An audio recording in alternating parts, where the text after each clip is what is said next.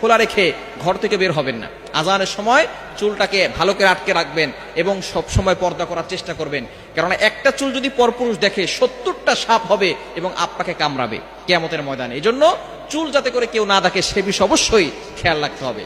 চুল যাতে করে কেউ না দেখে সে বিষয়ে খেয়াল করবেন এবং আজানের সময় চুল খোলা রেখে বাসার ছাদে আপনার মেয়েকে পাঠাবেন না, বাসার ছাদে আপনার স্ত্রীকে পাঠাবেন না, ঘরের বারান্দায় যেতে দিবেন না, কেননা এই সময় যদি কোনো শয়তান সে নারীকে দেখে নারীর প্রতি বেশি আকৃষ্ট হয় এবং ছোট বাচ্চাদের প্রতি অ্যাট্রাকশন দিয়ে থাকে, আসর করে থাকে। এই সময় চুল খোলা রেখে ঘর থেকে বের হবেন না, ঘরের বারান্দাও যাবেন না, মাথায় কাপড় দিয়ে রাখবেন।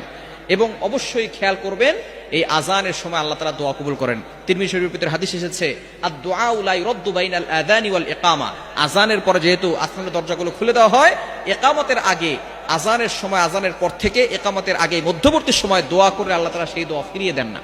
এজন্য এই সময় দোয়া পড়বেন। একটা দোয়া আছে নবীজি সাল্লাল্লাহু আলাইহি ওয়াসাল্লাম